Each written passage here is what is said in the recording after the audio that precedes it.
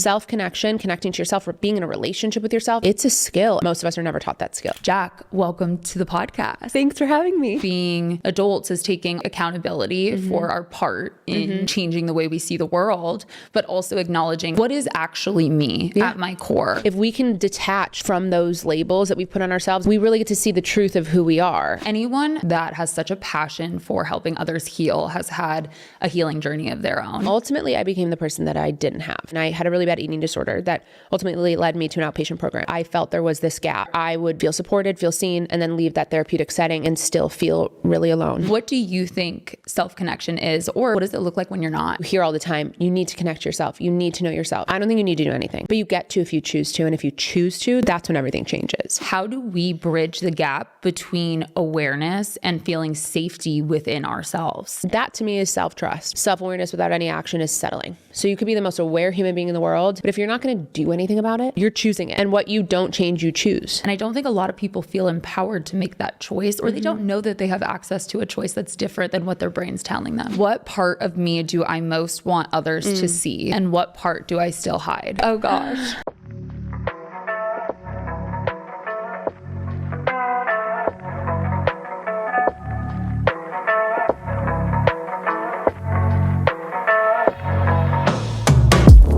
You're listening to How I See It, hosted by Han. You guessed it, that's me. I am here to motivate and inspire you with guests from all different industries and backgrounds. So get ready for personal stories of success, of growth, full of highs and lows, and of course, unapologetic realness. This is How I See It. I am so excited to introduce Jacq Gold to the podcast. Jacq is the founder and force behind Your Inner Babe.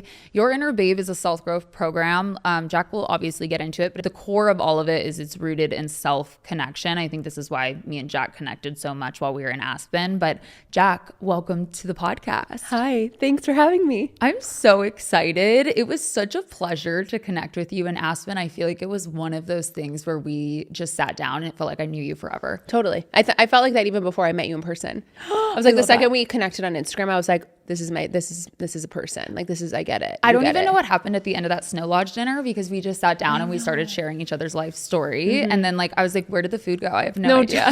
Fully. I was like, I'm starving. We have to go somewhere else. No, literally. No, 100%. I think, whenever I do anything like that Aspen trip, it's like, you're going to get so much out of it, but I always am so interested to see who I'm really going to connect with. And I felt like we really connected. So thank you for having me. I'm so excited to be here. I'm so excited. Okay. So the thing I really love about you, to be honest, is that you had an activation in Aspen and somehow got every single woman in the room to get incredibly vulnerable. And that's me at every event. I'm like the one that everyone's like, oh God, Hannah's trying to get deep again. She's trying to talk vulnerability. So when you did that, I was like, I love her. And you did it with this amazing deck of cards. You have two different versions that we're going to whip out in this episode, but I would love for you to share what the deck of cards is, what it's called. And I would love to pull one with you to start the episode. I have them. Let's do it. So I do have two decks. The one we're going to start with is an adaptation from a game that I'm releasing in a couple months. It's called Into Me You See.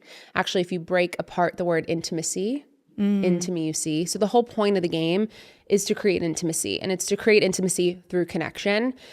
I'm such a believer in group anything, whether that's like group hangout or group work. I just think there's so much magic in being seen. I think there's so much medicine in truly telling the truth and letting yourself be seen for who you are. So this game is meant to create connection, create more depth, create more, opportunity to really bond and see each other for who we really are. And that was the point of the activation in Aspen, was to kind of strip away the performance, because I think naturally we all come into any scenario, whether it's a work scenario or, you're meeting your significant other's family for the first time, like you're going to put on a level of a mask as protection. And I just think if we can strip it back, the depth of connection is so much greater. So that was the intention. And that's what, and when you were like, can we do it? I was like, for sure. So this is not the game. The game has suits and rules, but this I've used and do use in workshops. And every prompt or question on one of these cards is a part of the game. So it's a part of it, but it's I love a that whole you thing. made a game for like the people who love vulnerability and intimacy, or even who struggle with it. I was going to say, or for the people who don't. Love. That's really too what it's for, is like you bring it to a group of people who are like, okay, Hannah's getting deep, and like challenge them, right? Everything I do too, it's like I can't force you into something you're not ready for, but I can meet you where you are. So the more you give to this, the more you're going to get. Well, and I think a lot of people who view themselves as deep, and I think we're going to probably get more into this in the conversation, would be surprised as well. Totally. Because I think a lot of us who are already in the mental health space, or you're very ingrained in like your self-growth, have like their like, I don't know, I don't want to say like fake responses, but they're like memorized responses to deep questions. And I think this game forces you to kind of like on the spot have to be vulnerable and answer a question in real time. Yeah. So I'm ready. Let's do it. Totally. Like, how are we going to pull this? I know. I'm like, let me see. You grab the deck, you can just pull the top card. Top card. Okay, here we go. Don't overthink the top it. one, right? Top one I shuffled. Okay. Hand it back to me. Okay. You go first since you looked. I'll look after you're done answering. Okay, so the question says, what part of me do I most want others to see? And what part do I still hide? Oh, it's perfect. I know. For that alignment. Like, oh gosh. It's interesting because part of the conversation today that I wanted to talk to you about was the idea of being seen. And something we talked about in our initial call was the fact that like we both kind of hated the idea of group anything. Totally. And we didn't really know why. And then we realized it was because people get to see you in a group scenario. And so I think for me, like what part of me do I most want others to see is I think like how much I actually care and how like much I do want to love and how, and whether it's relationship, friends, family. And I think the part I still hide is that too.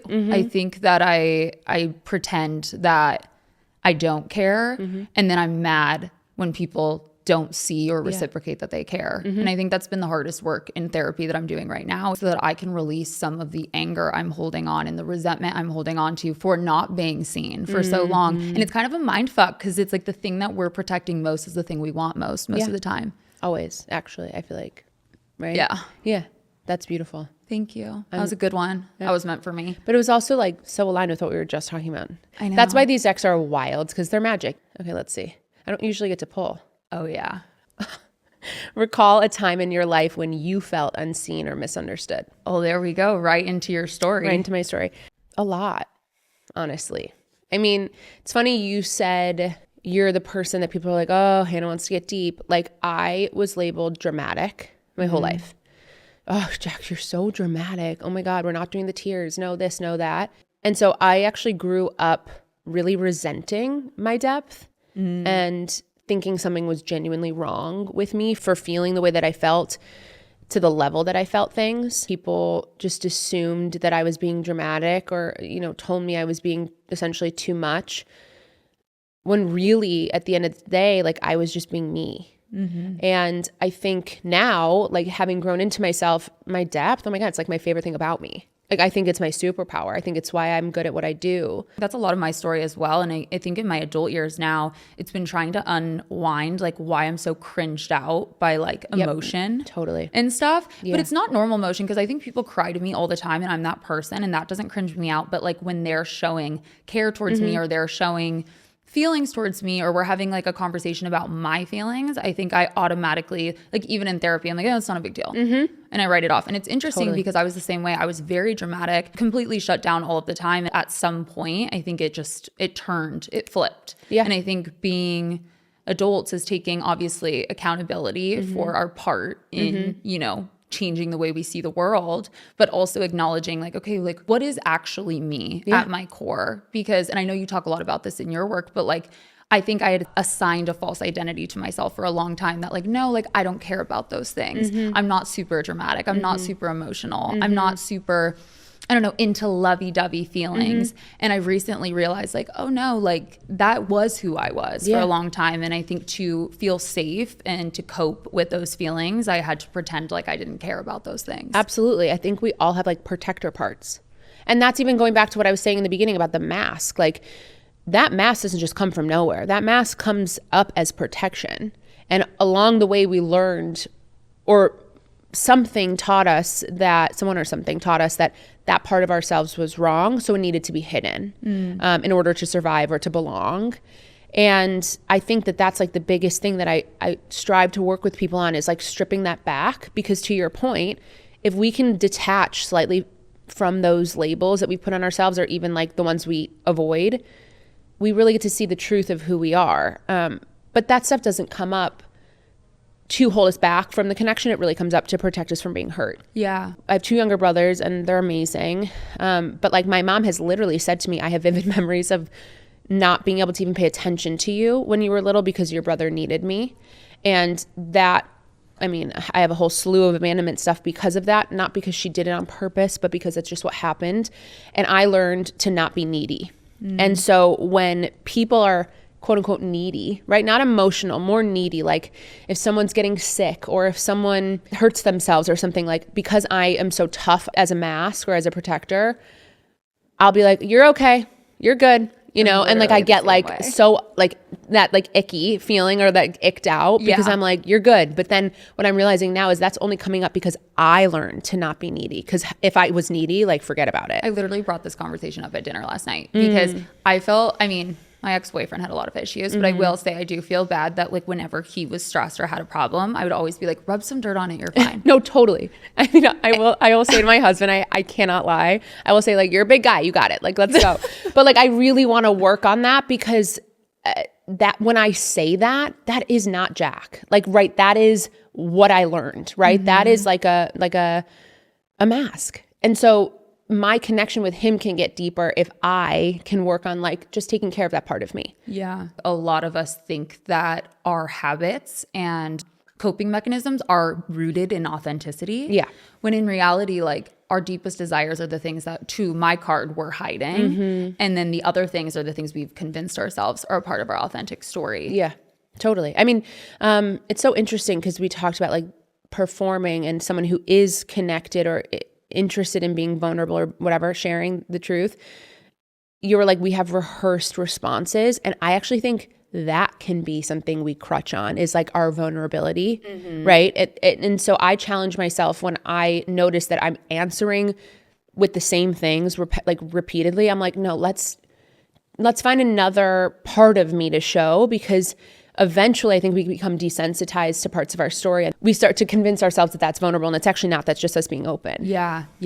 Okay, well, take me back into your story. I know you've probably told it a few times, so maybe it will come out differently today. Anyone that I meet that has such a passion for helping others heal has had a healing journey of their own. Yeah. So where did that start for you?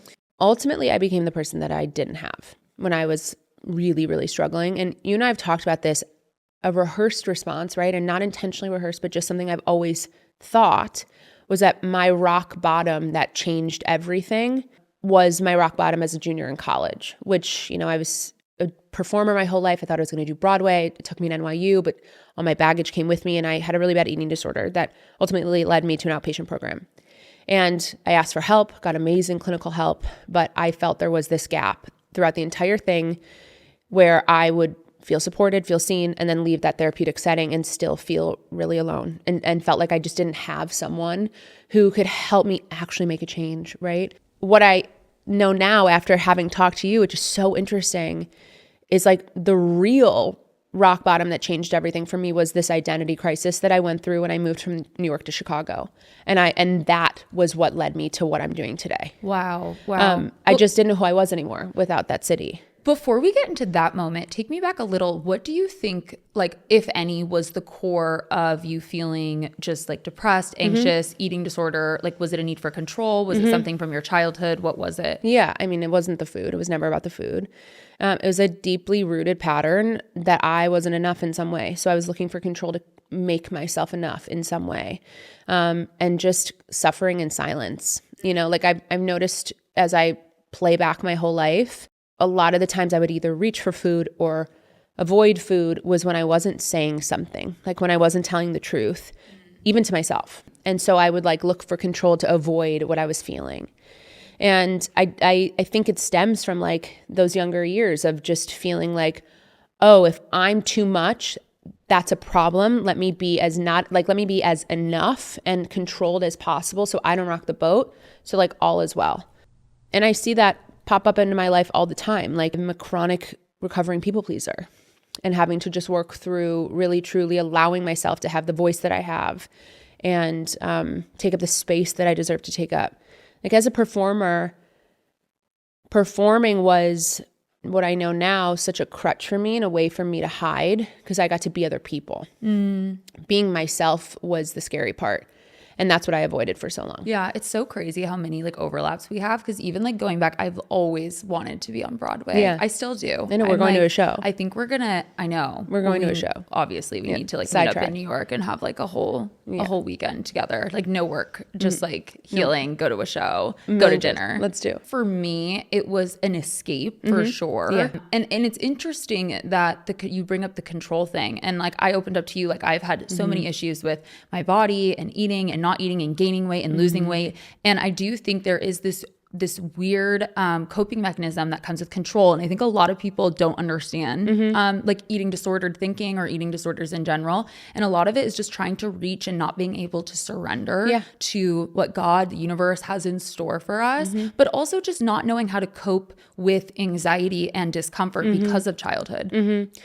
Well, I see in my life now, anytime something feels out of my control or like anytime I'm really attached to an outcome, and I don't just mean like, oh, I really hope this happens. I mean like, you know, I am pregnant now and I'm so happy to say that on here. But it took us a while. It was a journey to get here with our second. And I went through a miscarriage and I went through being really attached to it happening at a certain time in a certain way. That whole experience, like I attacked my body image again. Like that was the first place I went because that's a safe place for me. To your point, like things felt out of control. So I went, what do I know? And that's to attack how I look, right?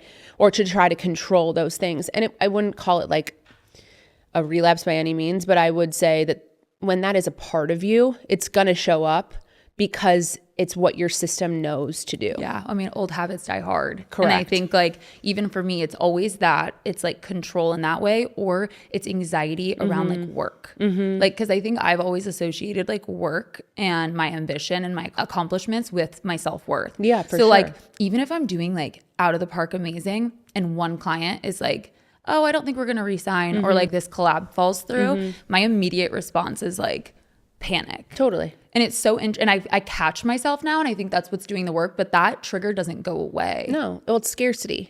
In a form, it's just manifesting differently. It's so interesting because I don't find myself to have a scarcity mindset around money, but it's something around worth, like scarcity around self-worth. That's what I mean. It's a scarcity around yourself. Yeah. And like what you deserve, and being enough. And I very much resonate with that. Do you feel like now, and like especially after leaving treatment, you come back, you're feeling so much better? Because I remember that phase too, like the honeymoon high of like therapy and like finally having those realizations, but then kind of that lostness when it comes to being able to implement. Do you think in that second kind of like dark night of the soul when you left New York to move to Chicago was when you realized like, oh, I hadn't been implementing? 100%. I remember finishing treatment. Actually, that's when I met my husband. I was like, at that time, I thought I was like the best me I've ever been. And I was up until that point, right? Yes. I realize now though, I had more of like an understanding of who I was, but I still didn't have a connection to myself. So then when I came from New York to Chicago and I realized like, oh my God, so much of my identity I left on the East Coast. Like, who am I? I have no foundation. I don't even know what it means to, what do you mean connect to myself, you know? And that's when I realized that this is a skill. Self-connection, connecting to yourself, or being in a relationship with yourself, it's a skill. And I was never taught that skill. Most of us are never taught that skill. I'm so glad you brought this up. So one of my questions is, what is self-connection? Because I think we hear a lot, especially if you're like kind of into self-growth. I'm assuming if you're listening, you probably are. We hear a lot like we need to connect back to ourselves. We need to have self-connection. We need to be one with ourselves. Like lots of ethereal words. And I think we all know it, but we don't know what that actually looks like. And I think that was probably the root of some of your problems. What do you think self-connection is? Or maybe a better question is for maybe someone listening who doesn't know if they are connected to self, what does it look like when you're not? Great question. First and foremost, I think the biggest thing is you hear all the time, you need to connect yourself. You need to know yourself. You need this, you need that. Come home to yourself. I don't think you need to do anything. I'm actually really big on the language that we use. That is part of the skill to me, the skill of self-connection. You don't need to do anything. No one is going to put you up against this and say you need to, or your life, who knows. But you get to if you choose to. And if you choose to, that's when everything changes. Mm-hmm. Self-connection is being in a relationship with yourself. And if you don't know even what that means, think about what it means to be in a relationship with someone else. It is a connection through trust, through loyalty, through communication. All of those same fundamental skills apply to ourselves. Or not even skills, but building principles of a relationship. Yeah. And that is what we're literally not taught. So if you're like, how do I know if I'm connected to myself? You're likely not, right? And I don't say that to defeat you way. I say that but you can be. Mm-hmm. And self-connection, it's the foundation of everything in your whole life. So the more connected you are to yourself, the clearer you are, your standards raise, but not because you're being harder to please, you're just harder to distract. You're more you. Well, and I think what people don't realize is that there's not this 1, 2, 3, no. You do it and then you're connected to self. I think everyone is so different. We're all uniquely us. Mm-hmm. And so that looks different for everyone. What's going to bring you back to self? What were those things that brought you back to yourself that you discovered? Well, at first, I think that's so important that you just said that, because one of the things that's most important to me in the work that I do is this is not aspirational. This is embodied. The only difference between me and somebody I work with is I'm practicing this every single day. I'm putting effort into my connection every day. And that effort is not extreme.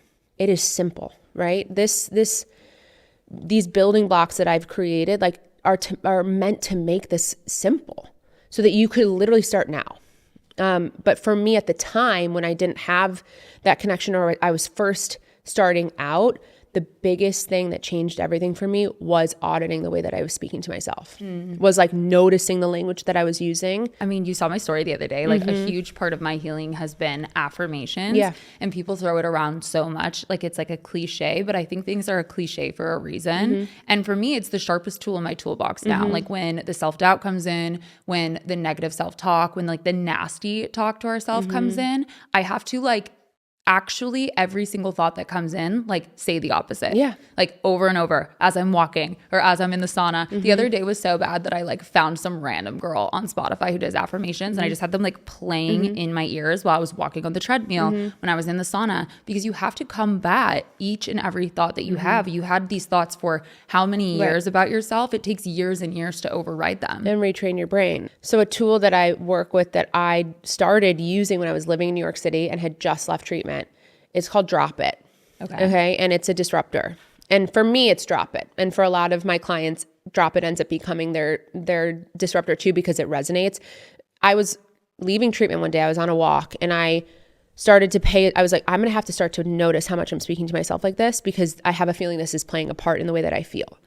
And so I started to dial up my awareness, and I started to notice how often I was being so incredibly nasty to myself, to your point. And it was constant.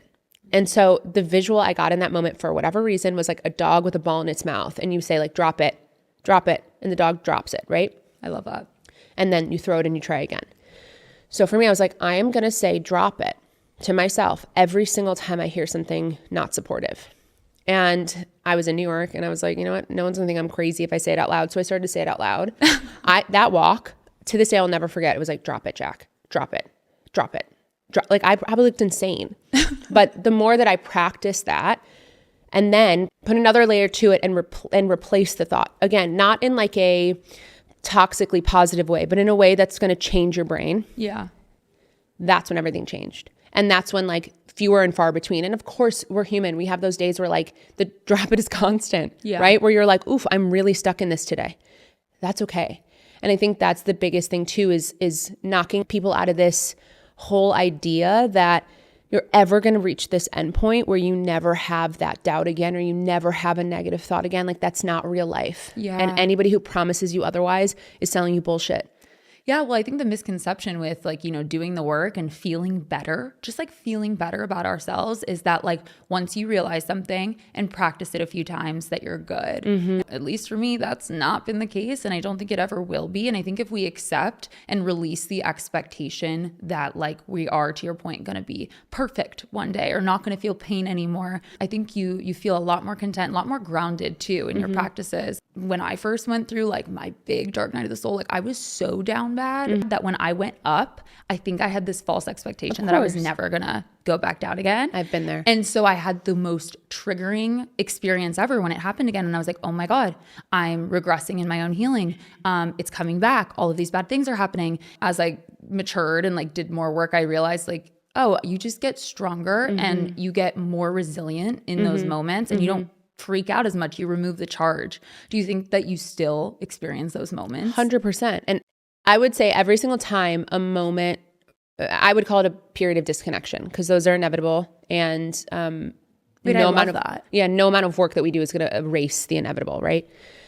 So anytime I've hit this period of disconnection, I look at it as I'm not excited to be there. Like, and that's also like, let's be real. I'm not like, oh my God, yay, another disconnection point. I'm like, okay, I'm accepting of what it is though. And I kind of surrender to the fact that it's existing. And I'm like, this is an opportunity for me to lean in.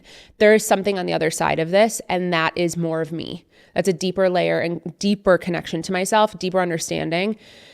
That's what I aim for with people is like this level of self-trust that you gain every time you move through something challenging. It's not something, like I said, that like anyone's excited to do. It's only happening because you're ready for it. I think things resurface because we're ready to dig deeper on them or understand them better. I went through like a period of like dark depression in 2019 after I had like had this identity crisis and started this work and like become this person that I didn't have. And at that time, I really truly believed, to your point, that like I was done. Yeah. Like I was like, I'm done. Like I'm never going to feel these things again. And all my messaging around working with people was like, I got to the other side. Now let me help you get there too. And so then I hit this moment and I remember like, it was really dark where I like didn't even want to get out of bed. And I said to my husband, like, I think I'm depressed right now. And he was like, it's okay. And I started telling my clients, I'm so sorry. Like I'm obviously going through something right now. And they were all like, well, this is why we work with you because it's real. And it was in that where I was like, oh my God, I've been getting it all wrong. Like, yes, I have gotten to this point. Yes, I am on the other side, but all my shit's still here. So now what? Right? It's not about the fact that this resurfaced. It's about what do I do now that it's here? And how do I continue to show up for myself and love myself even more and accept myself even more? And through that darkness came like my first ever group program. Like the light at the end of it was like I created this program and it changed everything for my business and for thousands of people, which is why I think that it's never a mistake. It's all part of it. Yeah. Well, one of the parts of our conversation that I really loved was this idea that like you go through like multiple healing journeys forever. Yes. And we were talking about like, why do you think we didn't figure that out the first time around? Like which one was the worst? Let's try to figure out which dark night of the soul was the worst. Yeah. And you said something pretty profound, which was that I don't think we get anything that we're not ready for yet. And I do believe that as well. Cause I recently, I mean, like probably like a year and a half ago was feeling like kind of like pretty depressed as well. Yeah. And a lot of my messaging at the podcast was like, I don't claim depression anymore. Like it's not a part of my identity. Like I've healed from it. And I kind of had to rework and reframe, like, what do I actually mean by that? And like, how am I going to address this conversation now? And I think for me, again, like having the self-worth tied to ambition, I like took it as like, I'm failing. Like I'm failing my healing journey almost. And it sounds so stupid when you say it like that, but I think that is like kind of the way I intellectualize it all. And I think realizing like, oh no, this is popping up because you've been intellectualizing for too long. Yeah. I'm like a pro intellectualizer. I intellectualize everything, like intellectualize our final boss. And I think the reason why I had that was I think God was allowing me to like finally be ready to feel. I don't feel my feelings. Like I intellectualize my feelings. I think it's time now to actually explore that. And I think to your point about being seen and group work and all of that, like realizing that like my body doesn't feel safe in being seen. And that's why there is some missing self-connection was profound for me. Yeah. I think we get these labels attached to us. I said this slightly in the beginning, but like we either attach the labels to ourselves, put ourselves in these boxes, or other people put us in these boxes or attach these labels to ourselves, or life experience puts these things on us. And that becomes how we identify who we are. So like if somebody says, who are you? You start to list off like a slew of things that make you who you are. They could be strengths, they could be weaknesses, but it doesn't really matter because the more attached you are to anything, the more limiting it becomes. So I very much relate to that. I think it probably for both of us stems from like where we learned to not be needy, not to be this, not to be that. You had gotten to this point where you were like, I'm good. Like, yeah, I'm good. And that became your new identity. Like, I'm good. And something challenged that. And all of a sudden you were like, I'm failing, like clearly. And I very much relate to that. Like I would say I'm like the one who has it together, right? The one who's okay. So I have seen throughout my life that when I'm not, because I'm also human, when I am not the one who has her shit together or the one who's okay, it's very easy for me to slip into like all the negative self-talk, the shame, the guilt, the judgment. Shame spiral. Yeah, because I'm like, no, that's who you are. And it's like, that is who I am. But also I'm a human being. So this is here. What do I do now? Yeah. Okay. So one of the questions I have here is like, how do we bridge the gap between awareness and feeling safety within ourselves? Because I think that's what it is. It's not having the self-trust and safety to be able to explore what self-connection looks like. Yeah. And that to me is self-trust, right? Self-trust is the winner. That's people want confidence. People want this. They want that. To me, that's buzzword. What you really want to strive for is trust. Because the more you trust yourself, the more confident you are in yourself. And I just think that there's a really big difference between being self-aware and doing something about it. Self-awareness without any action is settling. So you could be the most aware human being in the world, you know, why you are the way that you are, where you came from and why the things have happened, you know, all of that. But if you're not going to do anything about it, you're choosing it. And what you don't change, you choose. So like, I think that's kind of the bridge is like, okay, here's my self-awareness. Here I am. This is why I am the way that I am. This is what I know about myself, what works and what doesn't feel good. And how am I going to change that if it doesn't work? Yeah. And taking ownership over your life because you have one life. Yeah, I think that's really important. I talk a lot on here about how like hope is a choice. Yeah. I think everything is a choice. I think we have a 100%. choice of how we want to see the world, how we want to see our strengths and weaknesses, and how we want to see our identity too. And I think a huge part of getting out of a place of depression was acknowledging that like depression doesn't have to be a part of my identity. It's just something that comes and goes. And I have like the tools and power to choose differently. Same with anxiety, same with like worthlessness, same with everything. And I don't think a lot of people feel empowered to make that choice, or they don't know that they have access to a choice that's different than what their brain's telling them. Yeah, and choosing to see it through the lens of compassion. And if you can choose to see it through that lens and not a lens of shame or judgment, which is not easy to do, right? That takes effort. You see that like you are not your feelings. So like you are feeling depressed, you are feeling anxious, but you are not depressed. You are not anxious.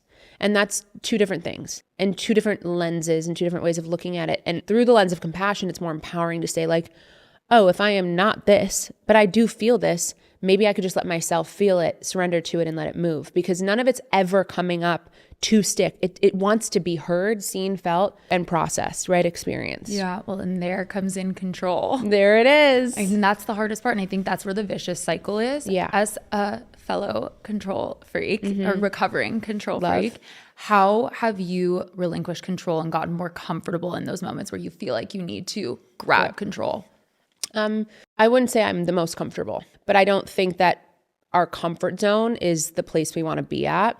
In those moments, like I'm trusting that I'm going to get through it. And I think that's how I know that my connection to myself is as strong as it is. I don't like it. I'm not excited when it happens, but I trust that there is an end, and I trust that through it is like more of me. Well, yeah, and I think you only need like one or two times of like really proving to yourself that like I'm alive, like I made it through. I got through like a hard triggering moment like that, because I think in those moments now, like I reach for like my timeline in the toolbox and I'm like, okay, where are all the times in my story where I have like not had control and been okay? And like how many times have I like learned and grown and been successful, whether it's in my relationships or emotionally or in my healing or in my business after some of these moments, like, okay, there. And I think when I look back, I can like feel more grounded, like in the present moment, being like, okay, you overcame all that stuff. You can overcome this moment. Well, I think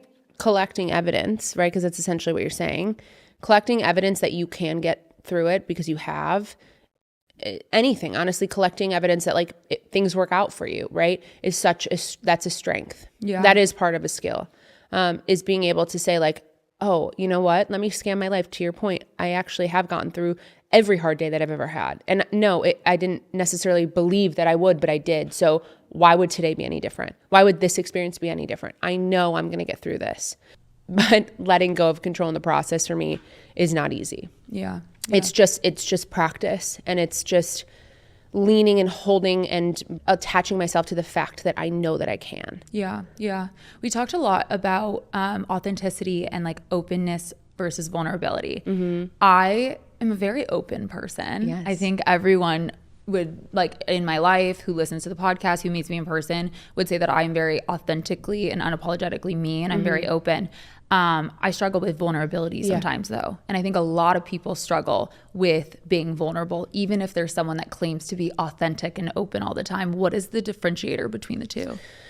Being open is your willingness to tell people about who you are. So to say like, hi, I'm Jacq. I went through X, Y, and Z in my life. I have a daughter. I'm pregnant with a boy. I struggled to get pregnant with a boy. All that's just me being open. None of that is really allowing you to see me, letting you into me to see. That's where this game comes from. Real vulnerability, I think people shy away from because I think they've, one, either deemed it as wrong. Somewhere along the way they were told like vulnerability is wrong. Yeah. Or they are associating vulnerability to like bawling their eyes out, right? It doesn't have to be that, but it is telling the truth. And so the difference between me saying, hi, I'm Jacq, you know, I struggled, I have a daughter, and I'm pregnant with my second, the real truth is that like I didn't know if I was going to have another baby because I didn't trust my body. And I went through all this fertility stuff and got so far away from myself and had to like take a break and had to say, I'm done trying. And that was really scary because, you know, I felt like I was letting my family down. That's me being more vulnerable, right? That's letting you into me to see the like reality of the experience I was having. Yeah. And that definitely takes practice. It definitely takes, I think, a situation where you are watching others do the same. That is why I do everything in group. And the more you try, the easier it becomes. I don't think a lot of people realize they're doing it. Because I think sometimes when you have this conversation, people are like, they think it's like this conscious choice, like someone is purposely withholding and then like reciting. Because what you said, the second half of that could be someone else's recite and then it's something else. So I think it's about, you know, being able to pause and be curious about the way we actually feel and not what's actually going on with us.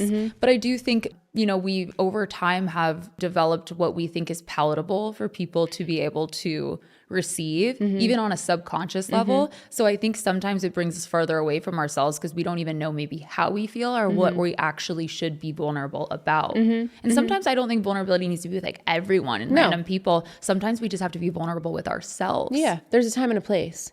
I don't think you need to lead with vulnerability, but I think in a safe space, in a space that it's welcomed and you know, invited, it's only going to strengthen the environment that you're in. Yeah. Right. It's not, I mean, it's going to free you from whatever you're holding, but it's also going to give somebody else an opportunity to connect to you because maybe you said something to your point that like hits them. And like, it's like something they've experienced and they thought that they were the only one who had felt that way or experienced it themselves. Yeah. Well, and I think sometimes we're hiding from ourselves. Usually. Like I always talk about like looking in the mirror and having the courage to do so. Yeah. And I do think it takes like bravery to look at the mirror and look at yourself and actually be vulnerable with yourself. And sometimes, and I don't think a lot of people talk about this, like you don't really know what it is. And it takes like investigation and time and energy to sit down and really reflect. What do I actually feel in this moment? Like what am I actually hiding from myself and not allowing myself to feel? What are some exercises that you know, initiate with yourself, but also your clients and in these groups to get people to kind of like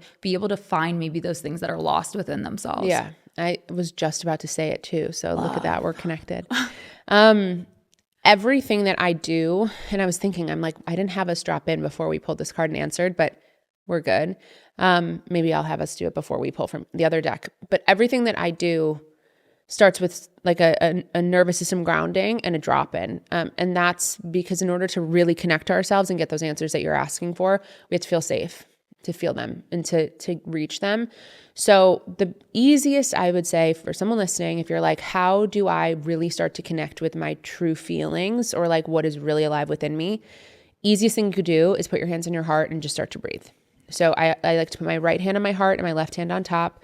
I close my eyes and I just start to breathe. I connect to my breath. For some people that's difficult. So I say like, breathe in for 4, hold for 2, out for 6, and just cycle through that. And once you feel like you've noticed your breath and you're connected to your breath, genuinely ask yourself a question you ask people all the time, which is, how are you? So ask yourself, how am I? How am I feeling in this moment? And just let whatever answer that you're meant to hear, let yourself receive it. A lot of us deem certain feelings as wrong and we try to avoid them. And I like to say, don't try and change it or fix it. Truly just notice what is there, because it is not coming up to stick. It's just coming up to be heard. And you can feel more than one feeling too. Yeah. So you could feel really opposing feelings. You can feel ready and nervous. I always start there. And then I think sometimes like, because I'm such an intellectualizer, I can't like pinpoint sometimes like how I'm feeling. Like I can do the surface level feelings. Yeah. So like anger or like uncomfortable, cringe or whatever. But sometimes it takes me actually like sitting down and writing. Yeah. And just like, or typing in my case. I'm so not a writer. It's so funny. Like everyone's always like, I have to physically write. I'm opposite. I'm like a typer. But I have to sometimes just kind of type, even if it's chaos, to figure out like what I'm actually feeling. Brain dumping. Yeah, brain dumping. And then I'll look and I'm like, that's interesting. Like I'll read something and I'm like, that does not make sense. And I think that's where like being able to look at yourself from like an outside perspective does kind of help, because I feel like I can like seep into my feelings, intellectualize for a second and be like, read what I wrote. And then I'm like, that's interesting. That doesn't make sense. And so I think if you're struggling to pinpoint how you feel, writing is a really good tool. I was going to say that's the next layer of it. And if you're not a writer, I love a pen to paper. I'm like old school. Take a pen to paper, take your fingers to the keyboard, or don't. Literally open the voice note app on your phone and just speak. Or don't even record it, just speak. Because I think people like to make excuses. I'm not a writer. Oh, I don't like to type. Then speak. But to your point, the next layer of that is just go. Right? Let it all out, even if it makes no sense. Even if you're like, I listened to this podcast and this chick Jacq and this other chick Hannah were talking about how like brain dumping is really helpful. And like, so now I'm here on brain dumping. I don't really know what that means. But like last night for dinner, I had like literally just let it out. And then I promise you by the end, once you start to feel safe, right, to connect to those feelings, they're going to come out. Back to what we were saying about like looking in the mirror and being honest, it made me think, because you were like, what did I eat for dinner last night? Like you asked me before we were recording, like what happened this week? Yeah. Because I had posted on my story, like one word to describe this week, rage. And I immediately went into like the surface level response, which is like everything is going wrong, like stupid stuff, like random things happening, which is true. But I think it's about actually having the courage to ask the question, like, what was that actually bringing up in you? And I think it was lack of control, lack of self-worth, and loneliness, because I felt like I had no one to talk to about it. And so if I were to be honest with myself, and I think to your point, like start talking, because I think now that we're talking, it's been made clear to me that like, the surface level was everything was going wrong. The deeper was I'm actually angry that I'm just angry in general. And I'm angry that these little things that are going wrong are just bringing that up in me. And it's forcing me to reconcile with the fact that I have unresolved anger still. Totally. And I'm like walking on a treadmill angry and it's still not leaving. Yeah. Well, first off, you can always talk to me. Well, yeah. Thank you. But it's again subconscious. Yeah, of course. Like it's your it's the protector. It's you having deemed anger as wrong and trying to avoid it at all costs. So it's easier to say, I'm full of rage this week, or like, screw everyone, whatever, Mercury in retrograde. It's harder. It's more uncomfortable to dig deeper, or to like reach out and say like, I'm feeling X, Y, and Z right now. Do you have a minute to talk? Or like even just looking in the mirror and talking to yourself there, right? Our brains are not wired to ever choose discomfort. We will choose comfort at all costs. It takes more effort for you to do something different, but doing something different is ultimately like what gives you more. You take your life back over that. Yeah. That's really how you move through it. Yeah. Working with women, you've worked with thousands. I can imagine the same way I feel about the podcast. I feel like I interview so many people And it's just this reminder of like, we're all so similar. In your work. Like, what is a common thread that you see the most in women that is, I don't want to downplay, like isn't as complicated as it needs to be, but something where you're like, this is actually not as deep and charged as it needs to be. One of the biggest ones is like, I feel like a lot of people come to me knowing that there's more to life, right? Like knowing that they can feel better. And that is the most vague thing. Like, I just want to feel better, but knowing that like something is off, but not knowing what to do about it. Having a ton of awareness already because maybe you've been in therapy or you've like worked through a ton of shit. So you're like, I know why I have these feelings, right? But what do I do about it? People are very quick to say something is fundamentally wrong with me. Well, clearly something's wrong with me. If like my life doesn't look the way that I want it to look, or I don't feel the way that I want to feel, or I don't have the things that I want to have, nothing is fundamentally wrong with you. You're just not connected to yourself and you never learned how to. So let's learn the skill of connection, put it into practice, and you'll see so quickly. Like, I don't want to say overnight quick because it's different for everyone, but like very quickly how much the right system, the right level of support, and the right accountability, and you playing an active role changes everything. Well, and how convenient would it be if something was just wrong with us? Well, right. That's the easy way out. Yeah. Right? That is the comfortable way out. Talking about even me saying, I'm quick to jump into my body image when things feel out of control. That's easy. That's me, honestly, like I'm not one to say lazy, but like that's me being lazy. Yeah. Because that is what I know to do. What's more uncomfortable is really leaning into what I'm feeling and being like, how can I support you in this? Yeah. And meaning like to myself, how can I show up for you right now? People shy away from all of that because they think it has to be this like override on your system and it's going to take so much time. And yeah, I mean, sure, it takes effort, but like it's not rocket science. Well, and so does feeling shitty. And I talk a lot on the podcast, like the motto I feel like I would say is like, get uncomfortable for the sake of real comfortability. And I think it goes back to the conversations and the ways we convince ourselves that being uncomfortable is actually more comfortable. Yes, it is not easy to have to explore and look in the mirror and affirm and look at hard things and get rid of the coping mechanisms and actually be vulnerable and honest. But it is definitely not easy sitting in the discomfort of knowing that your life is meant for more. Well, it takes energy. Yeah. So if you're the one putting in the energy and playing for that team, are you not also the person who could play for the right team and change it all? Right? Like take away all the energy you're putting into feeling like shit or believing your negative narratives, right? Or not really taking ownership over the limiting beliefs. Like take all that energy that you're putting into blaming other people and guilt and all of that and put it into yourself and see what happens. Because trust me, you're going to see it's a night and day difference. Do you struggle? This is a selfish question. Yeah. Do you struggle with being able to relinquish control over other people doing the work in your life? Like close to me people? Yeah. I would say I have gotten so much better. For a long time, it was really difficult because I was like, I don't understand. Awareness met with action makes a change. What are you doing? Right? And to this day, I still will be like, I don't understand. Like you have the power to change this. But I definitely have gotten to the point where I can detach and just be like, I know this feels right now like it maybe has something to do with me, but it has nothing to do with me. So the energy that I'm going to waste, like trying to fix someone else's emotional stability is not worth it. They have to get to it on their own. Yeah. I've just seen it too many times. I've been let down too many times by people who weren't ready for their own work. Totally. I think it was interesting because I think over the last year I realized that it was a way I was flexing my need for control. Yeah. I didn't realize it. I think I was trying to convince myself like, no, I just care about everybody. I want everybody to grow with me, which is true. But I think I didn't realize like how much it was affecting my emotional well-being to like not have people move forward. Yeah. And I realized I was like, oh my God, it's distracting me from my own shit. Yeah. Like when you're trying to control everyone or anything around you, it's a distraction. Yeah. I think one of the toughest pills to swallow is that not everyone is going to choose to do their own work. Like not everyone is going to choose to heal. No. And you cannot heal for the both of you. And that sucks.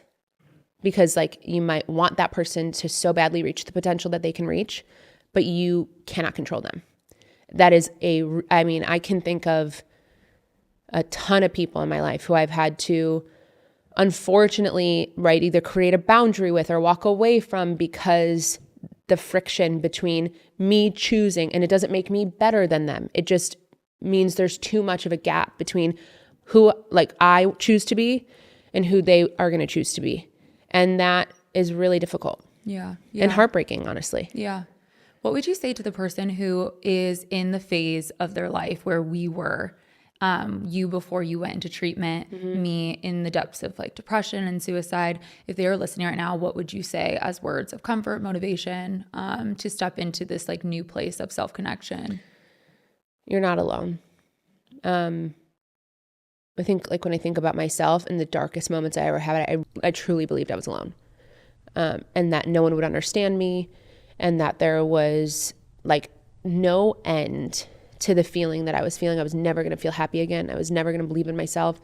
I was never going to, have what I thought I wanted. And it wasn't until I realized like I'm not alone and nothing that I'm feeling is wrong, that there was lightness again. I have like made it my life's mission to become this person that I didn't have. And, I think one of my greatest gifts is sometimes I'm able to see somebody's higher self before they can truly see themselves. You are not alone. And please ask for help, because you do not have to do it alone. You're actually not meant to.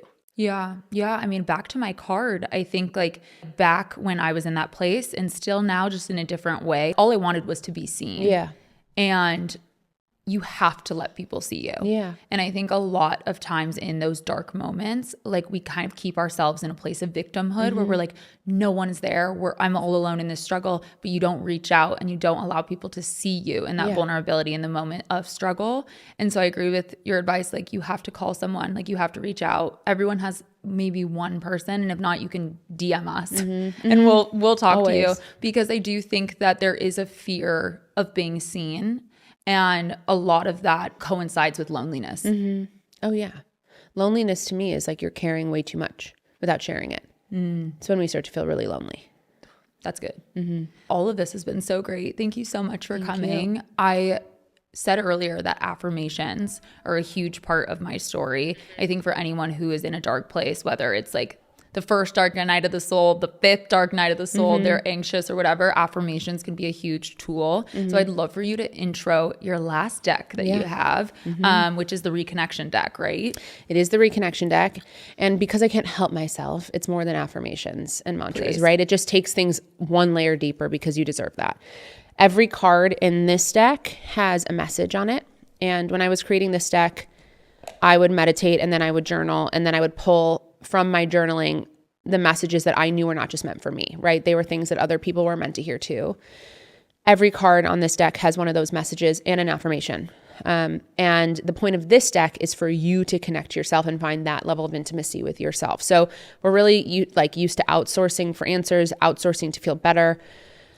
I love tarot cards and I love oracle cards, but you kind of have to use a book or have someone else read them for you to understand the depth of them, unless it's like your thing. This is meant for anyone to be able to pull at any time of the day. You're feeling like a little lost, you're feeling uncertain, you're feeling defeated or, beat down by someone or something. Pull out this reconnection deck, shuffle it, put your hands on your heart, ask yourself, what do you want me to know? Spread the deck, pull 2 cards, check the bottom of the deck. And there you have it. There's your message. So we could do this 2 ways. We could pull the same way that we pulled from the deck. I could pull one, you could pull one, or you could just pull and I'll happily shuffle for you. And you could put your hands on your heart and you can ask yourself, okay, what do you want me to know? Up to you. Do you want to pull one too? Or do you want me to just pull? I kind of want you to do it. Okay. Challenge accepted. Okay. So you're going to, as I'm shuffling it, you're going to put your hands on your heart and you're just going to drop in and ask yourself, first, how am I feeling? Just check in. And whenever you hear what you're feeling, because we don't try and change it, we just notice. So just notice. And once you've received that, you're going to ask yourself in your own mind, what do you want me to know? And you're just going to let yourself receive the message from you to you. And when you feel like you've received that message, you're going to open your eyes. Okay. And I'm going to move this and spread it. And you are going to wherever you feel called to pull from. Pull one card over, flip it, and read it out loud. Okay. First. If it feels wrong, stop doing it. Overthinking will never be solved by more thinking. Interesting. And the affirmation on the top of that is? I am listening. Oh, is she? Oh my gosh. Okay, now do the same thing. Pull one more time from wherever you feel called. I am supported. The people who stick around during your lowest moments, those people love the core of who you are, not just what you can do for them. You bring so much to the table and people find so much love, comfort, and security in you. You outpour unconditional love and support to everyone in your life. You do your best to never let anyone down, but who is there when you need someone to lean on? Life is short. Tell those people you love them. Mic drop.